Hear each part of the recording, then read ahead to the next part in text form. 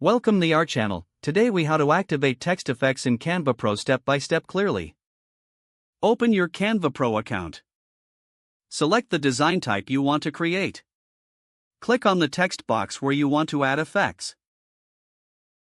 If you don't have a text box, select text from the left side menu and choose or add a text box. Type in your desired text. Make sure the text box is highlighted. Look for the Effects button in the top toolbar. Click on Effects. A sidebar will open with various text effects options. Browse through the available effects like shadow, lift, or neon. Click on your preferred effect to apply it to the text. You can adjust the intensity and color of the effect using the controls. Select transparency to manage how visible the effect appears. If you're satisfied with the adjustments, simply click outside the sidebar to close it. Your text effects are now active and visible in your design. You can continue editing or add additional elements as needed. If the page does not load, refresh the browser or try again in a private or incognito window. Make sure you are using the correct email address, then retype it carefully to avoid small typos.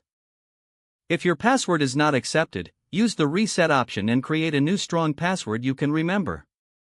Check your spam folder for verification or security emails, then complete any requested confirmation steps. Enable two-factor authentication if available to improve account security and reduce unauthorized access risk. After signing in, review your profile details so your contact information and settings are accurate and current.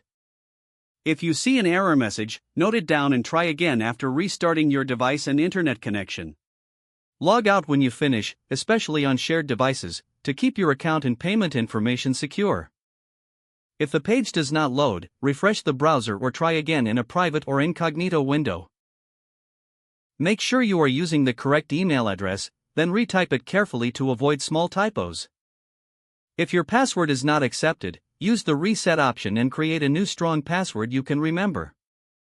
Check your spam folder for verification or security emails, then complete any requested confirmation steps. Enable two-factor authentication if available to improve account security and reduce unauthorized access risk.